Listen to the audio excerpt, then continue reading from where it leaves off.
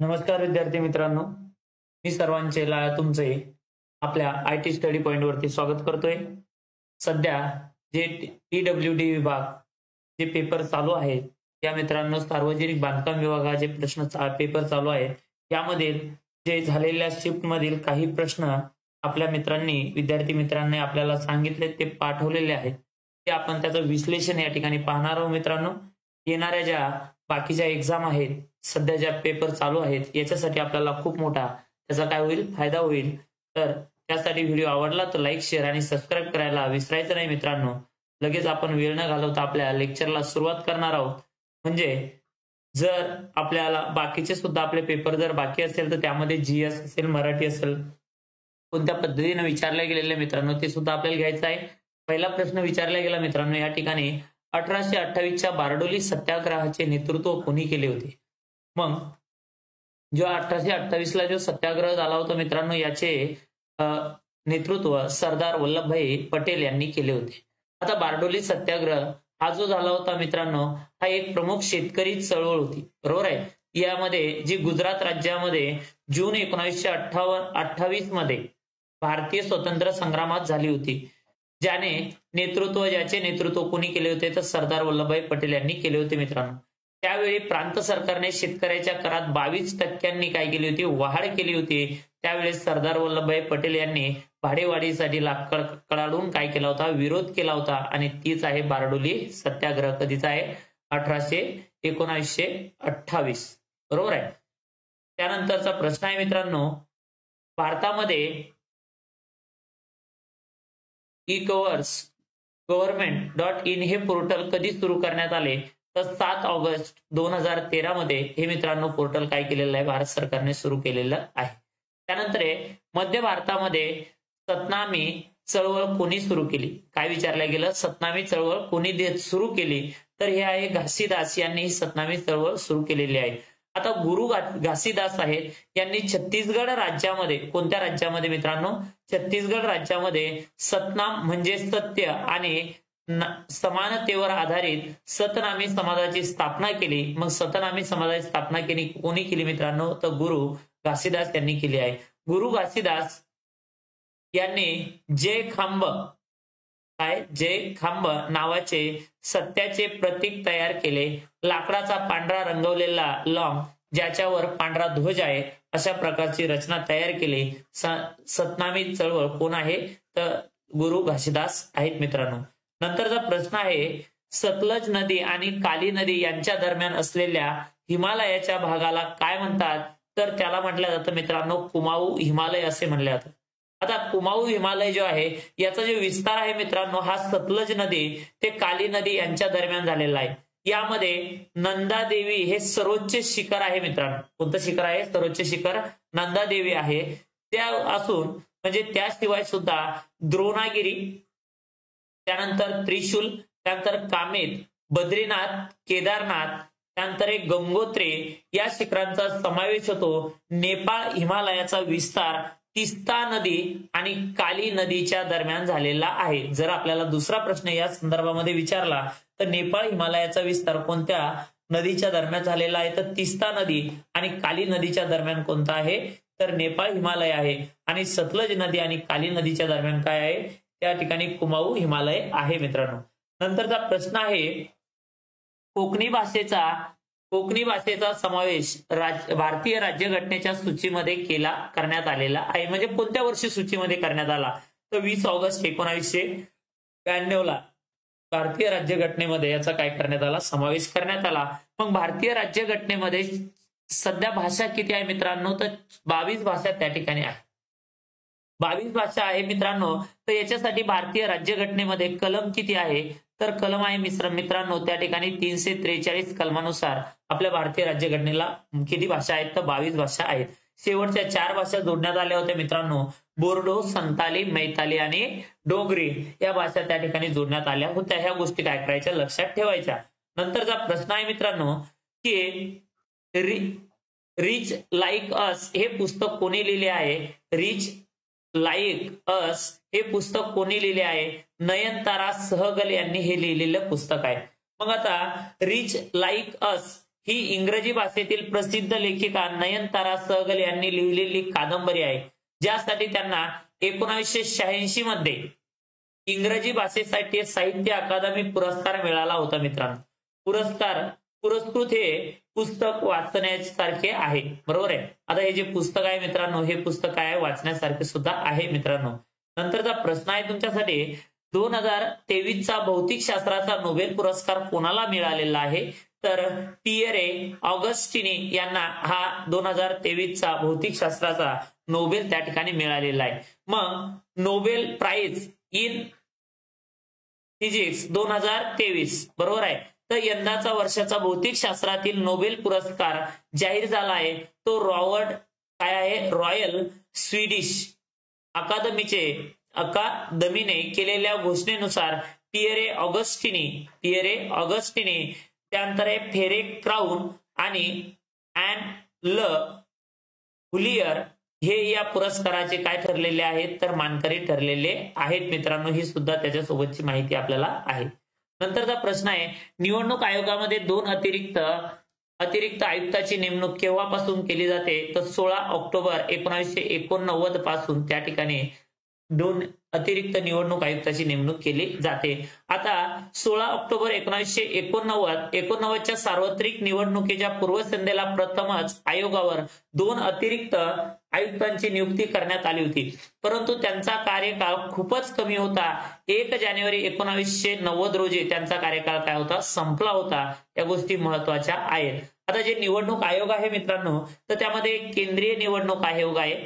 कोणता निवडणूक आयोग आहे? केंद्रीय निवडणूक आयोग आहे. केंद्रीय निवडणूक आयोग. आणि दुसरा जो आयोग आहे तो आहे राज्य निवडणूक आयोग. अशा 2 प्रकारे त्या ठिकाणी आयोग आहे. लोकसभेच्या आणि त्या ठिकाणी विधानसभेच्या निवडणुका कोण घेते? केंद्रीय निवडणूक आयोग. आणि स्थानिक स्वराज्य संस्थेच्या निवडणुका कोण घेते? तर राज्य निवडणूक आयोग घेते मित्रांनो. नंतरचा प्रश्न आहे, 2011च्या जनगणनेनुसार भारतातील कोणत्या राज्याचे लिंग गुणोत्तर 1000 पेक्षा जास्त होते? तर ते आहे केरळ राज्य. बरोबर आहे. काय आहे, तर केरळ राज्यामध्ये सर्वात जास्त शिक्षणाचं प्रमाण आहे. त्यामुळं या ठिकाणी जे लिंग गुणोत्तर प्रमाण आहे हे 1000पेक्षाही कसं आहे मित्रांनो, जास्त आहे. मग 2011च्या जनगणनेनुसार भारतातील सर्वाधिक लिंग गुणोत्तर कोणत्या राज्यात आहे मित्रांनो? तर केरळ राज्यात होते. मग केरळमध्ये किती लिंग गुणोत्तर आहे? तर 1084. 1000 पुरुषामागे जर विचारलं मित्रांनो, तर महिलांची संख्या कितीने जास्त आहे? तर 84ने जास्त आहे. मग त्यामुळे सर्वात जास्त लिंग गुणोत्तर कोणत्या राज्यामध्ये आहे? तर केरळ राज्यामध्ये आहे. नंतरचा प्रश्न आहे, फुलाईच हा सण कोणत्या राज्यात साजरा केला जातो? काय दिलाय? फुलाईच हा सण कोणत्या राज्यामध्ये साजरा केला जातो? तर हिमाचल प्रदेश या राज्यामध्ये साजरा केला जातो. हिमाचल प्रदेशमध्ये फुलाईच हा सण साजरा केला जातो. तो सप्टेंबर महिन्यात साजरा केला जातो.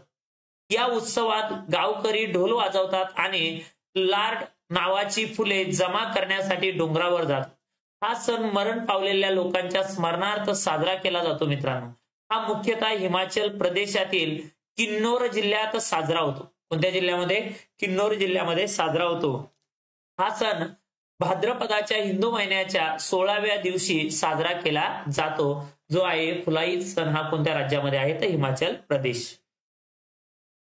2023 साली US ओपन पुरुष एकेरी स्पर्धा कोणी जिंकली मित्रांनो? तर नोवाक जोकोविच यांनी जिंकलेली. जे नोवाक जोकोविच आहे यांनी या वर्षी 3 ग्रँड स्लॅम जेतेपद पटकावले आहेत. तो 19 सामन्याच्या विजयी धाव संख्येवर आहे. नोवाक जोकोविचने 8व्या वर्षाच्या शेवटी विक्रमी क्रमांक 1 फिनिश केल्यानंतर त्याच्या 2023चा हंगाम त्याच्या कारकिर्दीतील सर्वोत्तम हंगाम राहिलेला आहे. खतरनाक माणूस आहे नोवाक जोकोविच मित्रांनो. नंतरचा प्रश्न आहे, सरहुल उत्सव कोणत्या राज्यामध्ये साजरा केला जातो? राज्य आहे मित्रांनो झारखंड. या राज्यामध्ये सरहुल महोत्सव हा काय केला जातो? साजरा केला जातो. पहा मित्रांनो, कशा प्रकारचे प्रश्न आपल्याला विचारल्या जाऊ राहिले. यामध्ये जीएस जे कशा प्रकारचं आहे पेपरमध्ये त्या संदर्भामध्ये आपल्याला एक अनालिसिस सुद्धा येईल बाकीच्या गोष्टीचं.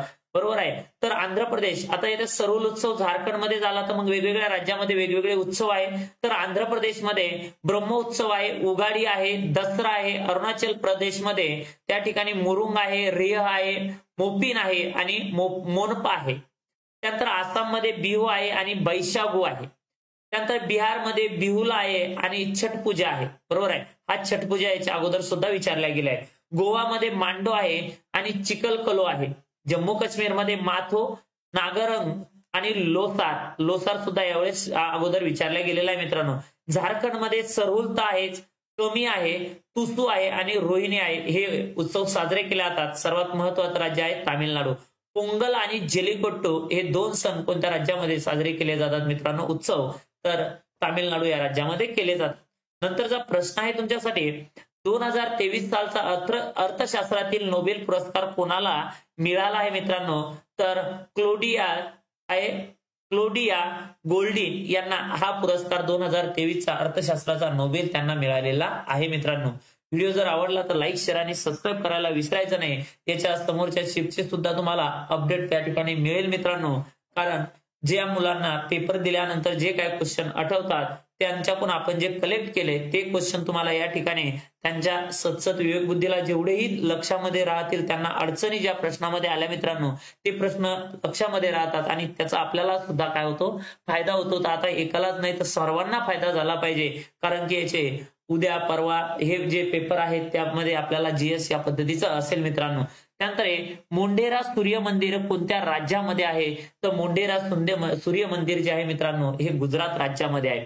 मग संपूर्ण भारतामध्ये किती सूर्य मंदिर आहे आणि ते कुठे कुठे आहे, थोडक्यामध्ये जर विचार केला तर सूर्य मंदिर जवळपास भारतामध्ये 4 सूर्य मंदिर आहेत.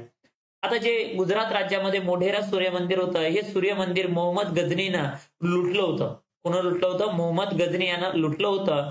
त्यानंतर परंतु 12व्या शतकात राज्यकर्त्यांनी ते पुन्हा बांधले व नंतर अल्लाउद्दीन खिलजीने मंदिर आणि मूर्तीची नासधूस केली आणि तेव्हापासून या मंदिर भग्न अवस्थेत राहिले आहे मित्रांनो. कोणतं? मोढेरा सूर्य मंदिर.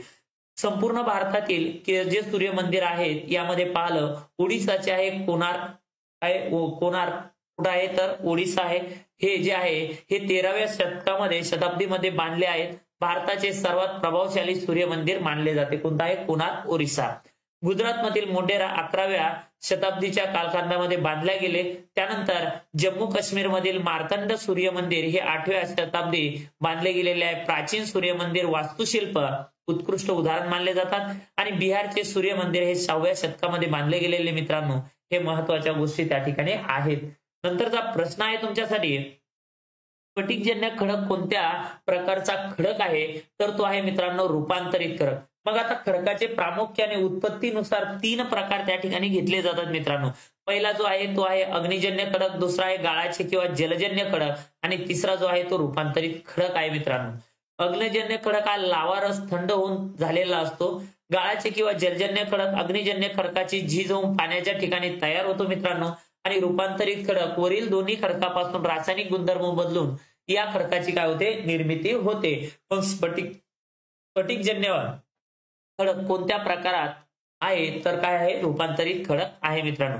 नंतर आहे chronicle of a crops bearer.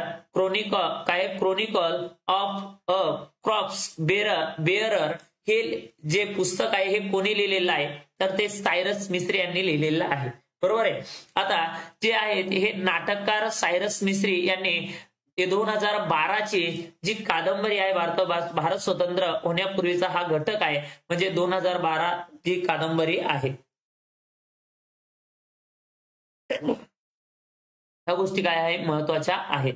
त्यानंतरचा प्रश्न आहे मित्रांनो, शिका आणि कमवा योजना कोणती आहे, ती कोणत्या मंत्रालयाच्या अखत्यारीत येते, तर कौशल्य विकास मंत्रालयाच्या अंतर्गत ही कमवा व शिका हा योजना येते.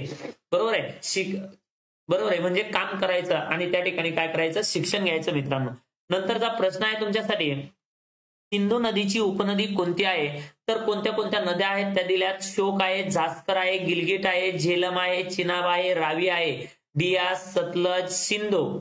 बरोबर आहे. सिंधू नदीच्या मुख्य प्रमुख उपनद्या आहेत.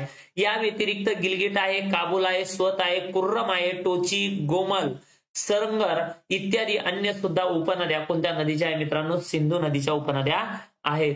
नंतर आहे आशियाई क्रीडा स्पर्धा 2023 मध्ये भारताने तिरंदाजीमध्ये किती पदक जिंकले आहे?